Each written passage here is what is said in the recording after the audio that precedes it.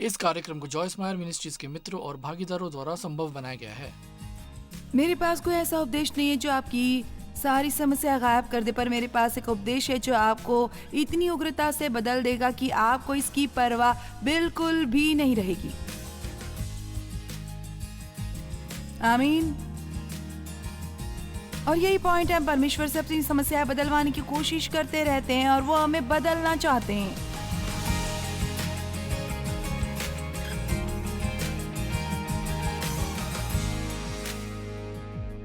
Israeli 18 साल तक किसी बात के बारे में टाल मटोल करते रहे जिसे परमेश्वर ने उनसे करने को कहा था। उन्होंने उनसे कहा था कि उनका भवन बनाए और 18 साल तक वो इसे टालते रहे क्योंकि वो अपने खुद के भवन बनाने में व्यस्त थे। ये कहानी मिलती है हग्गे में, और समय बचाने के लिए मैं पूरी कहानी आपके लिए नहीं पढ़ूंगी, पर मैं इसका थोड़ा सा भाग आपके लिए पढ़ना चाहूंगी। सेनाओं का यहोवा यूं कहता है। ये लोग कहते हैं कि यहोवा का भवन बनाने का समय नहीं आया है, और एम्पलीफाइड में ये लिखा है, हालांकि इससे पहले परमेश्वर ने 18 साल पहले इसे बनाने की आज्ञा दी थी, पर यहोवा का ये वचन हग्गे भविष्यद्वक्ता के द्वारा पहुंचा। और अब सुनिए, तो वो प्रार्थना करें जैसे ये क्या हो रहा है परमेश्वर की हमें समझ नहीं आ रहा कि क्या गलत हो रहा है। हर बार जब मुझे कुछ थोड़ा सा मिलता है तो परमेश्वर ने उसे एक वचन भेजा, तुम जानना चाहते हो कि क्या गलत है? तो ये लो, क्या तुम्हारे लिए अपने छत वाले घरों में रहने का समय है जबकि यहाँ उजाड़ पड़ा है? इसलिए अब सेनाओं का यहोवा यूं कहता है, अपनी अपनी चाल चलन पर ध्यान करो। तुमने बहुत बोया परंतु थोड़ा काटा, तुम खाते हो परंतु पेट नहीं भरता, तुम पीते हो प्यास नहीं बुझती, तुम कपड़े पहनते हो परंतु गर्माते नहीं, और जो मजदूरी कमाता है वो अपनी मजदूरी की कमाई को छेद वाली थैली में रखता है। हाँ प्रभु, मैं जानता हूँ कि जिसके बारे में मैं आपसे मांग रहा हूँ, सेनाओं का यहोवा तुमसे यूं कहता है अपने अपने चाल चलन पर सोचो। मेरा मतलब है कि ये बस संभव है। अब मैं ये नहीं कह रही कि ये है, पर क्या ऐसा है? क्या ये जरा सा भी संभव है कि आपकी समस्या आपकी खुद की गलती है? मेरा मतलब ये शायद नहीं है, लेकिन पर मैं बस इसे आपके सामने रखना चाहती थी कि आप इस पर विचार करें। जब आप शैतान पर दोष लगा रहे हो और बाकी सभी पर दोष लगा रहे हैं और सरकार पर दोष लगा रहे हैं, और आप जानते शायद ऐसा है कि आप बस कहें, खैर प्रभु क्या कुछ ऐसा है जो मुझे करना चाहिए था जो मैंने नहीं किया?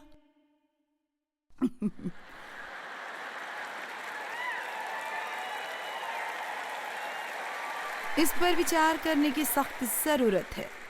आमीन। उस औरत की समान हुई है जो 7वीं बार विवाह कर रही थी, और ये असल में सच है। वो अपने पास्टर के पास आई और कहा, अभी इस शनिवार में 7वीं बार विवाह कर रही हूँ और मुझे ज़रूरत है कि प्रार्थना करें कि ये व्यक्ति मेरे से अच्छा व्यवहार करेगा। और प्रभु का धन्यवाद हो, ये एक पास्टर था जिसमें कुछ थोड़ा सा साहस था, और उन्होंने उसकी ओर देखा और कहा, खैर क्योंकि तुम इन 7 भाइयों में से एकमात्र मुद्दा हो तो बेहतर होगा कि तुम्हारे लिए प्रार्थना की जाए, उन आदमियों के लिए नहीं।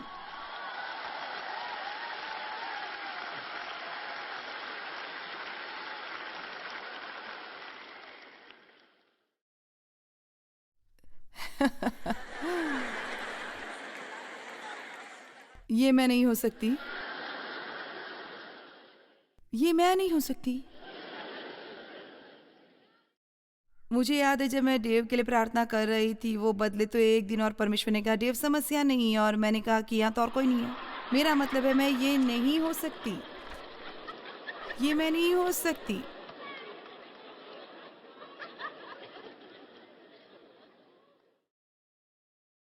ओके, बाइबल में मेरा पसंदीदा व्यक्ति है यूहन्ना अध्याय 5 वचन 2 से 8। यरूशलेम में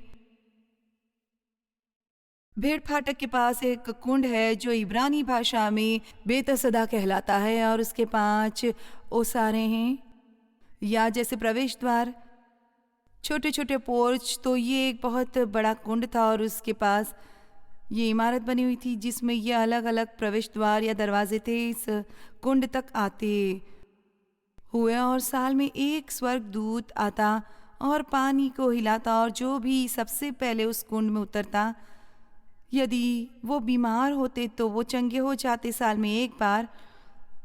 और चलिए, इनमें बहुत से बीमार, अंधे, लंगड़े और सूखे अंग वाले पानी के हिलने की आशा में पड़े रहते थे। वहाँ एक मनुष्य था जो 38 वर्ष से बीमार पड़ा था। यीशु ने उससे पड़ा हुआ देखकर और जानकर कि वो बहुत दिनों से इस दशा में पड़ा है, उससे पूछा, क्या तू चंगा होना चाहता है? अब क्या ये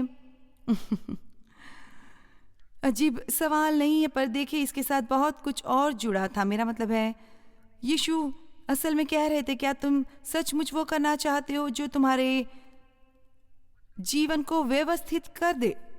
तो क्या मैं बस तुम्हारे सुंदर से सिर पर थोड़ा थपथपा दूं और वो सबसे अच्छे वचन कहूं जो मैं जानता हूं कैसे? क्या आप वो करने को राजी हैं जो आपको करने की जरूरत है अपने जीवन को व्यवस्थित करने के लिए?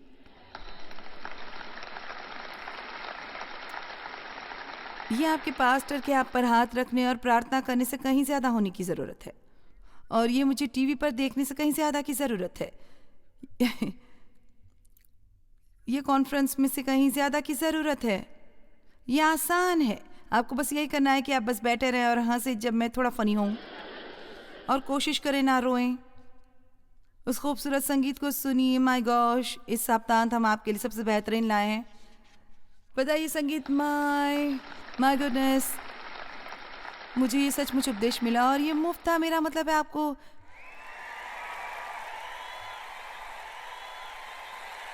टिकट खरीदने की जरूरत नहीं है, आपको जरूरत नहीं थी। मेरा मतलब है, आपको कुछ भी नहीं करने की जरूरत थी। आप बस आए और बैठ जाएं, ऑल राइट। पर किसी को कुछ करना पड़ा ताकि आपको वो मिल सके जो आपको आज मिल रहा है। उनमें से कुछ लोग जो अपने हाथ खड़े किए और कहा कि वे पार्टनर है, उन्होंने आपकी सीट के लिए पैसे चुकाए। आमीन, आमीन।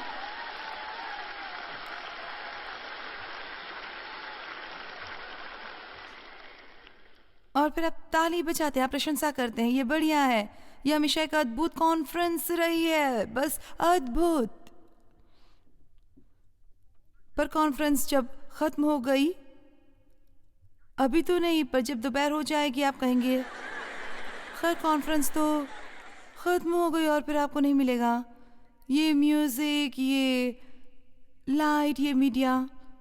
आपको घर जाना पड़ेगा उस गड़बड़ी में जिसे आप छोड़कर आए। खैर, मैं आपसे झूठ नहीं बोलूंगी, मेरे पास कोई ऐसा उपदेश नहीं है जो आपकी सारी समस्याएं गायब कर दे, पर मेरे पास एक उपदेश है जो आपको इतनी उग्रता से बदल देगा कि आपको इसकी परवाह बिल्कुल भी नहीं रहेगी। आमीन। और यही पॉइंट है, हम परमेश्वर से अपनी समस्याएं बदलवाने की कोशिश करते रहते हैं और वो हमें बदलना चाहते हैं। ओह, मुझे इतना मजा आ रहा है कि मैं बता नहीं सकती। ओके, वापस चलते उस बीमार आदमी पर। क्या तुम चंगा होना चाहता है? उस बीमार ने उसको उत्तर दिया। अब आपको ये देखना होगा, उस बीमार ने उसको उत्तर दिया कि हे प्रभु, मेरे पास कोई मनुष्य नहीं कि जब पानी हिलाया जाए, मेरे पास कोई नहीं जो मेरे लिए करे, तो मुझे कुंड में उतारे, परंतु मेरे पहुंचते पहुंचते दूसरा मुझसे पहले उतर पड़ता है। अब मैंने इस पर बहुत विचार किया, क्योंकि मैं इस आदमी पर पिछले 42 साल से प्रचार करती रही हूँ,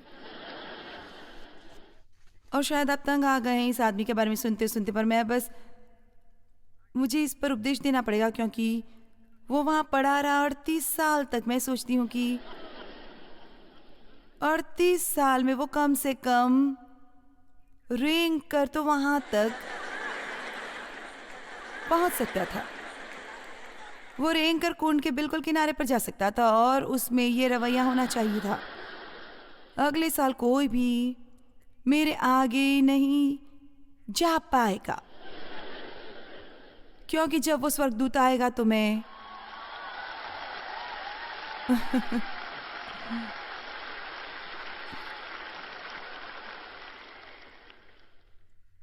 कुंड के बिल्कुल किनारे पर रहूंगा कि मैं पानी में गिर जाऊंगा। अब आप सोचेंगे कि यीशु को इस इंसान पर तरस आ जाएगा, पर उन्हें नहीं आया।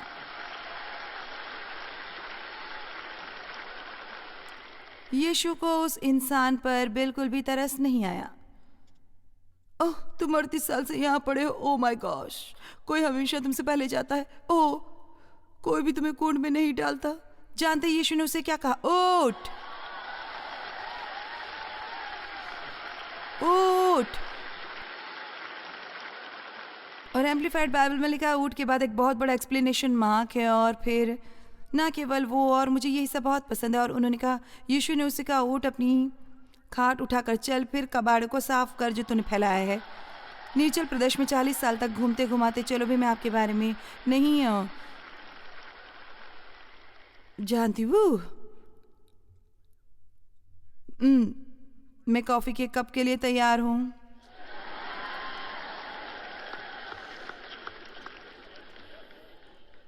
कई बार मैं इस तरह से सोचती हूँ, जब मैं उपदेश दे रही होती हूँ, मैं बस एक कॉफी के कप के लिए तैयार हूँ।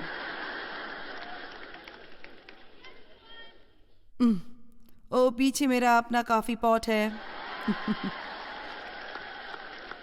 आपको कैफीन की जरूरत होती है जब तक कि अभिषेक नहीं आ जाता।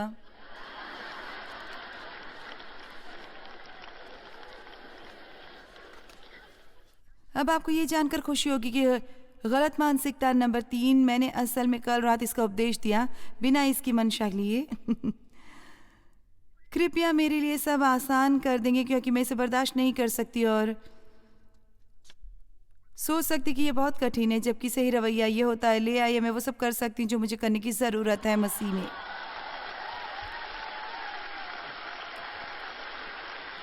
उस किताब पावर थॉट्स में जिसके बारे में मैं आपसे बात कर रही थी, ये उन 12 पावर थॉट्स में से पहला है।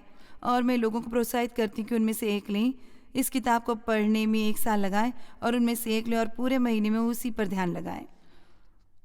और दिन में 20 बार ऊंचे स्वर में कहें, मैं वो सब कर सकती हूँ जो मुझे करने की ज़रूरत है मसीह द्वारा जो मेरी शक्ति है। मैं डरती नहीं हूँ, मैं हार नहीं मानूंगी, मैं डरपोक नहीं हूँ।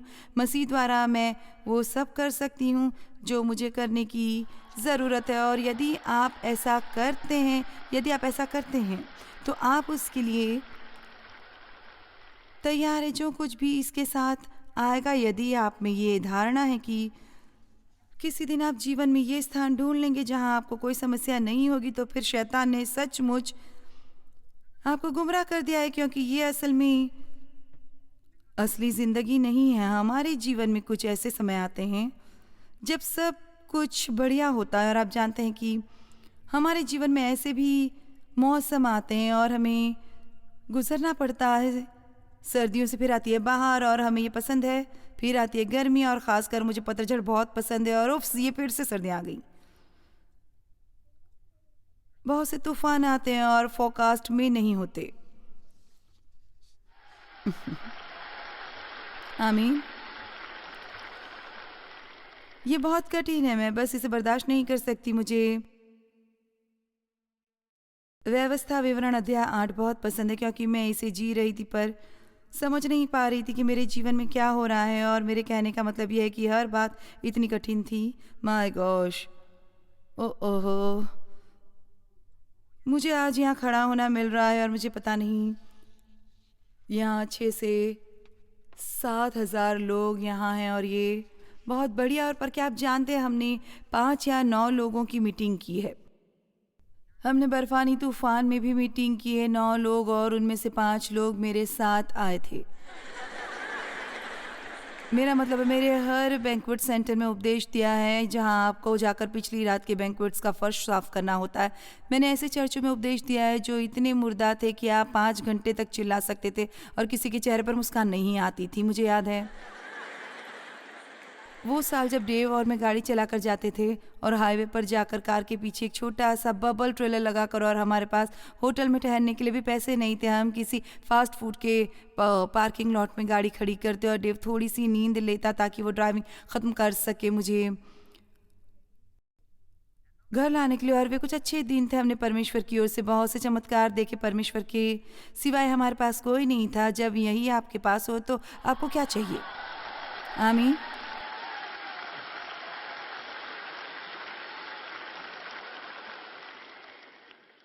फिर परमेश्वर मुझे ले गए व्यवस्था विवरण 8 पर, और स्मरण रख कि तेरा परमेश्वर यहोवा उन 40 वर्षों में तुझे सारे जंगल के मार्ग में से इसलिए ले आया है कि वो तुझे नम्र बनाओ, तेरी परीक्षा करके ये जान ले कि तेरे मन में क्या है और कि तू उनकी आज्ञाओं का पालन करेगा या नहीं। और फिर वचन 7 लिखा है, क्योंकि तेरा परमेश्वर यहोवा तुझे एक उत्तम देश के लिए ले जा रहा है, जो जल की नदियाँ का और तराइयों का और पहाड़ों से निकले हुए गहरे गहरे सोतों का देश है। मैंने तुम्हारी परीक्षा लेने के लिए तुम्हें कठिन मार्ग से गुजारा, तुझे विनम्र बनाने के लिए, ये साबित करने के लिए कि यदि तुम तराई में मेरी आज्ञाएं मानते हो, क्योंकि यदि तुम नहीं मानते तो तुम पर्वत के शिखर पर नहीं चल सकोगे।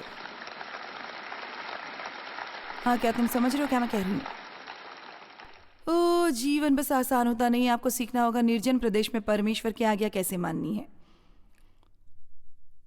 आपको सीखना पड़ेगा वो करना जो सही है जब कोई देख न रहा, और फिर जब अच्छा समय आता है तो आप इन सब बातों से, आशीषों, प्रसिद्धि से, इससे या उससे उलझ न जाएं। कि आप जानते हैं, मैं आपको ये बता सकती हूँ कि मैं खुद से प्रभावित नहीं हूँ, ज़रा सी भी नहीं, क्योंकि मैं इससे बार बार गुजर चुकी हूँ। और मैं आपको ये बता सकती हूँ कि जिसे बनाने में सालों लग जाते हैं, परमेश्वर उसे गिरा सकते हैं सिर्फ 5 सेकेंड में, सिर्फ 5 सेकेंड में। और मुझ में परमेश्वर का श्रद्धापूर्ण भय है, और इसका मतलब ये है कि मैं जानबूझकर वो बातें नहीं करूँगी जो मैं जानती हूँ कि वो नहीं चाहते कि मैं करूँ, और हमें उस श्रद्धापूर्ण और डर की ज़रूरत है। अब आप ये भी नहीं जानते कि इसके लिए तालियां बजाई जाएं या नहीं।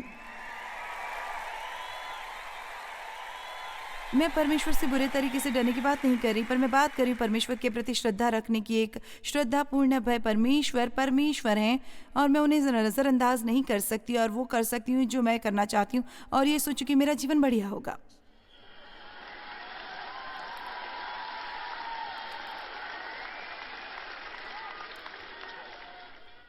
एक पत्रस 4:12 के बारे में क्या, इस रवैये के बारे में क्या? ओ, मैं इसे सहन नहीं कर सकती, ये कठिन है।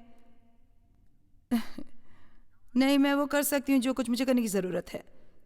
मैं हार नहीं मानूंगी, मैं घुटने नहीं टेकूंगी।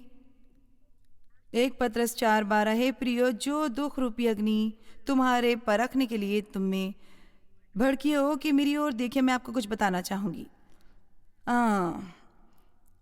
आप कभी जान नहीं पाते कि सचमुच आपको क्या मालूम है जब तक कि आपकी परीक्षा नहीं होती। मेरा मतलब है कुछ लोग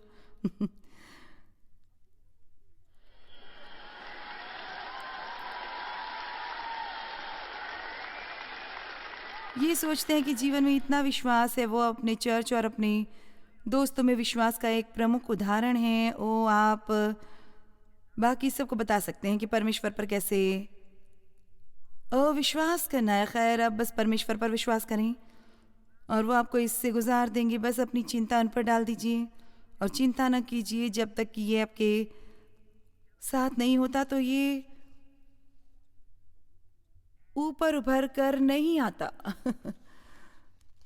और ये बस एक दिन की समस्या नहीं, ये 5 साल की समस्या है। चलिए, अभी किसी को नहीं पता कि मैं क्या बात कर रही हूँ। यही आपको हर सुबह उठना होगा और कहना होगा, परमेश्वर मुझे अनुग्रह दे कि मैं अपने पूरे हृदय से आपकी सेवा करूं, चाहे मेरे जीवन में परिस्थितियां कितनी भी बुरी हों। आप वो करें जो सही हो। जब जीवन आपके लिए सही हो और आप एक विजय के मुकाम पर आ जाएंगे जो कोई भी आपसे नहीं छीन सकता। चलिए, अभी आप में से कितनों को बढ़ने की जरूरत है? कितनों को?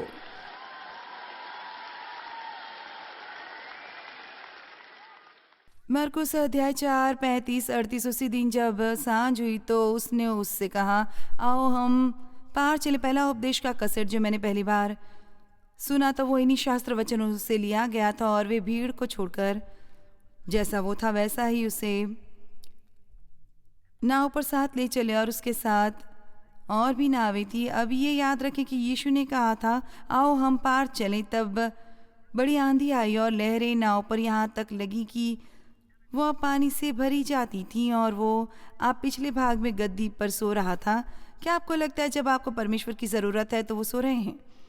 तब उन्होंने उसे जगाकर उससे कहा, हे गुरु, क्या तुम्हें चिंता नहीं कि हम नाश हुए जाते हैं?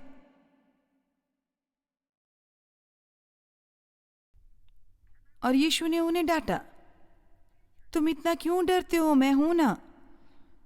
देखिए, आपको ये जानने की ज़रूरत ही नहीं कि परमेश्वर क्या करने वाले हैं। आपको बस यही जानने की ज़रूरत है कि मैं यहाँ हूँ, चलो भी। और यदि आप चले मरकुस अध्याय 5 वचन 1 पर, जहाँ ये लिखा है और वो उस पार पहुँचे। मैं आपको बताना चाहूँगी कि जब परमेश्वर कहते हैं चलो इस जगह से चलें और दूसरी ओर पार जाएं, मुझे परवाह नहीं कि इस बीच में हमें कितने ही तूफानों से टकराना पड़े, आप दूसरी ओर पार पहुंचेंगे यदि आप हिम्मत नहीं हार जाते।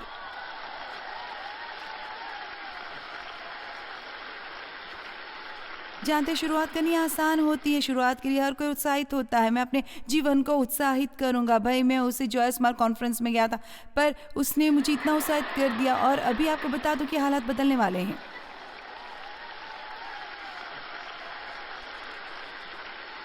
और भाई, जब आप दूसरी ओर पहुंचते, चलो कहे कि हम 5 साल में वापस आएंगे और आप कहते हैं अरे भाई जॉय सब मुझे विजय प्राप्त हुई है, मेरा मतलब हर बात शानदार है। पर क्या आप जानते हैं उन 5 सालों में आपको बीचों बीच आना पड़ेगा और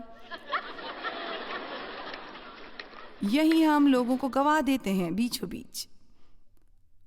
और फिर वहाँ बाहर आते हैं और आपके पास वहाँ म्यूजिक नहीं है और आपके पास ये नहीं है, वो नहीं है, कुछ नहीं है। और फिर अंतिम शास्त्र वचन मत्ती 20:20-22। तब जल्दी से पुत्रों की माता ने अपने पुत्रों के साथ उसके पास आकर प्रणाम किया और उससे कुछ मांगने लगी। उसने उससे कहा तो क्या चाहती है? वो उससे बोली, ये क्या है कि मेरे ये 2 पुत्र तेरे राज्य में, एक तेरे दाहिनी और तेरे बाएं बैठे। यीशु ने उत्तर दिया, तुम नहीं जानते कि क्या मांगते हो। जो कटोरा मैं पीने पर हूं, क्या तुम पी सकते हो? क्या आप इसे समझ सकते हैं? वो कह रहे हैं कि ठीक है, तुम्हें सम्मान का वो स्थान चाहिए तो तुम्हें कुछ बातों से गुजरना पड़ेगा उसे पाने के लिए। आमीन, आमीन, आमीन, आमीन। हाँ, मैं अभी यहाँ खड़ी हूँ और मैं दुनिया भर के टीवी पर हूँ और ये इतना बढ़िया हूँ। मैं आपको कुछ बताना चाहूँगी। मुझे याद है कि मैं कहाँ हुआ करती थी। मुझे वो 40 साल याद है और इसलिए मैं केवल परमेश्वर से ही प्रभावित हूँ, खुद से नहीं, क्योंकि मैं जानती हूँ जो मैं कर रही हूँ वो शुरू से आखिर तक परमेश्वर ही है। किसी भी तरह मैं ये नहीं कर सकती यदि वो मेरे साथ नहीं होते, बिल्कुल भी नहीं। चलो अपने पाँव पर खड़े हो जाओ। ठीक है, वू।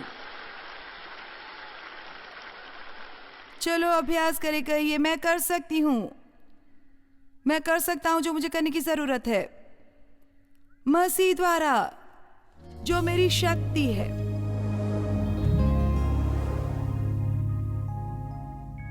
मैं अक्सर कहती हूँ जहाँ मन जाता है वही मनुष्य उसके पीछे जाता है। उसे चुनना जिसके बारे में हम सोचते हैं और उससे सोचना परमेश्वर के वचन के अनुरूप, वो हमें सशक्त करेगा ऐसी उपलब्धि हासिल करने में जिसके बारे में हमने सपना भी नहीं देखा।